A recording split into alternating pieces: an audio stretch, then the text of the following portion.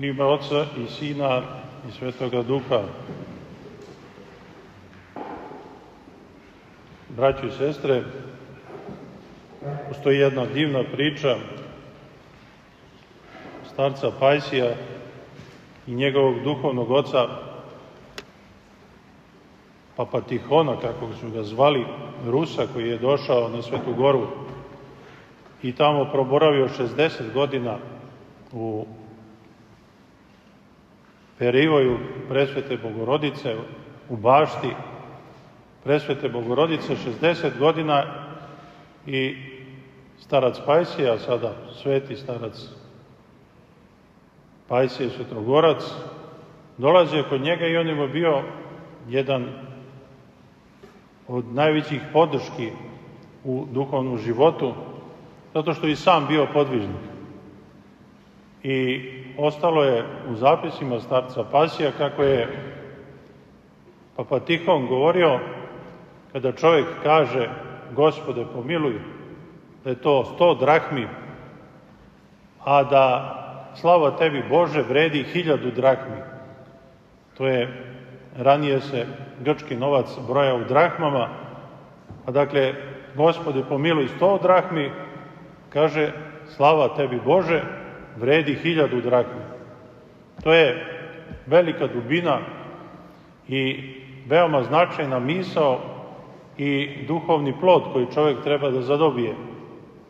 Pre svega, kada čovjek govori Gospode pomiluj ili drugu molitvu neku Gospode Isuse Hriste pomiluj me, dakle kada se moli Bogu na takav način, on nešto uvek traži od Boga, traži da ga pomiluje i to nije uopšte loše. Dakle, to je potrebno čovjeku da čovjek traži milost od Boga. I zato je to dobro u našim životima da upražnjavamo molitvu i Gospode pomiluj i kratku molitvu Gospode Isuse Hriste pomiluj me. Međutim, zašto Papa Tihon kaže da slava tebi Bože vredi 1000 drahmi? Pa zato što kada čovjek kaže slava tebi Bože, to znači da je čovjek shvatio smisao svog života. Zašto? Čovjek može da se nađe u različitim životnim situacijama. Dakle, može da bude, recimo, zdrav, može da bude bolestan ili u bilo kakvoj drugoj životnoj situaciji. I u jednoj, dakle, i kad je zdrav i kad je bolestan, on može da spase svoju dušu ili da je pogubi, bez obzira u kom se stanju nalazi. Dakle, smisao ljudskog života jeste iznad ljudske prirode, iznad onoga što čovjek živi u ovome svetu. To treba da shvati svaki čovjek. I kada to shvati, on će moći da kaže slava tebi Bože. Dakle, i kad je zdrav i kad je bolestan, moći će da proslavlja Boga na takav način da govore slava tebi Bože, zato što shvata da ono stanje u kome se nalazi, da je to blagoslov Božji i da je to promisao Božji u ovom životu za njega. Posebno kad je čovjek u tom stanju, kad ima neku bolest, recimo može da bude bolestan, ima ljudi koji su nepokretni. Ne treba mnogo mudrovati. Mi ovde živimo u mestu gde se leče mnogi bolesnici. Otiđite. Treba da odemo kao hrišćani da vidimo nego češće da obiđemo bolesnike. Ja sam imao tu blagoslov da odlazim da pričešćujem decu koje su paraplegičari. Deca od 16-17 godina, gore u prvoj fazi banje, pa uđete kod njih pa vidite šta je smisao života. Čovjek, mlad ili devojka, nepokretni. I ostaće nepokretni do kraja života. Možda će poživjeti 10-20 godina, nije uopšte bitno. Međutim, smisao života nije u tome da budeš nepokretan ili pokretan, nego je smisao života da se sjediniš sa Bogom. I onda bi neko rekao kako su oni u strašnoj životnoj situaciji. Međutim, to može da bude velika prednost za spasenje. Zato što čovjek u takvoj situaciji, kao on proslavlja Boga, ako on živi tako što vidi živog Boga u takvoj situaciji u kojoj se nalazi, pa njemu ne treba ništa više. Njemu je svejedno ili pokretan ili nepokretan, ili bolestan ili zdrav. Njemu je bitno da vidi Boga. I zato, slava tebi Bože, vredi 1000 drakmi kada čovjek to vidi. Ima jedna priča, jedan grčki mitropolit priča o tome, kad je bio u Australiji, pa kaže, došao kod drugog jednog mitropolita, pa su se sreli i on kaže, bili su u jednoj parohiji, pa kaže, vidiš ovog sveštenika mladog koji je došao tu, da skoro je došao na parohiju, pa kaže, mlad čovjek, lep, fin, vode ga parohjani. Međutim, kaže, ima jedan problem. Jedno dete mu je bolesno. Ima autizam, neku vrstu autizma je bilo. I znaš šta on kaže? Kaže, za to. Šta kaže i on, i popadija njegova, šta kaže? Kaže, slava tebi Bože, što je to zadesilo nas, a nije nekoga od naših parohjana. To je znak da je čovjek shvatio smisao života u ovome svetu. To je znak da se čovjek sjedinio sa Bogom. Samo tako može da kaže slava tebi Bože u kojoj god situaciji se nalazi. Samo tako kada pozna i prepozna Božju promisao u svom životu, on može na takav način da proslavlja Boga. I to je, dakle, ta zahvalnost i blagodarnost Bogu mnogo veća stvar nego kada čovjek traži milost Božju. Zato što u ovoj situaciji, kada čovjek traži milost, on još uvijek nije se sreo sa Bogom, ali je dužan da traži milost Božju.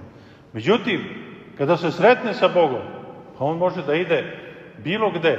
Više nije vezan za ovaj svet. Više nije vezan za telo, za zemlju, za bilo šta u ovome svetu. Zato što se sreo sa Bogom i onda mu ovaj svet i ne treba. Nije mu potreban. Ni ovaj telesni život, ni telo, ništa mu više nije potrebno. Zato što ima Boga. I onda on može da uzvikuje slava tebi Bože. I svako od nas u našem životu treba da dođe i u toj situaciji da shvati, da se sjedini sa Bogom na takav način. I kad nam je dobro, i kad nam je loše. To je znak da smo se sjedinili sa Bogom i to je smisao našeg života u ovome svetu. Drugačije sve radimo napamet onda. Onda se nismo sreli sa Bogom. Radimo, kako bih rekao, po nekoj šemi, ali ne osjećamo Boga. A smisao života jeste da se susretnemo sa Bogom i da ga osjećamo u ovom životu. Da je On s nama, da je Otac Nebeski tu, da On promišlja o našem životu mnogo bolje i mnogo uspešnije od nas. Pa ko bi drugačije i drugo mogao da upravlja našim životima osim živoga Boga. A naše je da se trudimo, da se približimo Bogu svim sredstvima u ovom životu, svim evanđelskim sredstvima. I molitva, i post, i čitanje evanđelja, i činjenje milostinje, i upražnjavanje svetih tajni, i plus, kao vrhunac svega, da se sjedinjujemo na svetoj liturgiji sa živim Bogom kroz telo i krv njegovu. To se nama daje. Međutim, ništa to neće nama značiti ako u svom unutarnjem biću, u svom unutarnjem životu, u svom srcu nismo se sreli Bogom na ovaj način da možemo da kažemo slava tebi Bože za sve što mi se događa u ovom životu. Za sve što mi se čini da trpi, za sve i što mislim da sam bolestan, i što mi čine nepravdu. Slava tebi Bože. Zato što od toga vidim da me ta životna situacija i ti životni događaji upravo privode Bogu. Kroz to ja prepoznajem živog Boga. To znači da ja nosim pravilno svoj krst u ovom životu. To znači, danas je odanije praznika vozdviženja časnog krsta Gospodnje. A upravo to, dakle čovjek pravilno nosi krst svoj u ovom životu ako smatra da su baš te životne situacije, te životne okolnosti to što ga snalazi sad u životu, da je to upravo za njega, da je to najbolje za njega. Onda, kad stekne tu slobodu, istinsku slobodu u Hristu, onda će moći istinski da proslavlja Boga i da uzvikuje slava tebi Bože, svim svojim srcem. Slava tebi Bože za sve.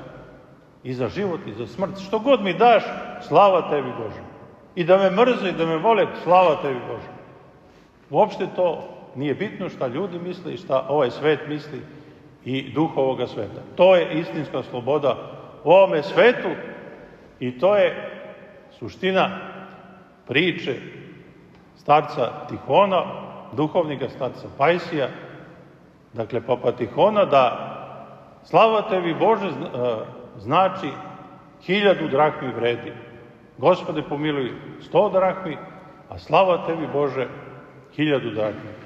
Neka nam presveta Bogorodica silom časnog životvornog krsta pomogne u našem životu da i mi uzvikujemo slava tebi Bože i sada i uvek i u vekove vekova. Amin.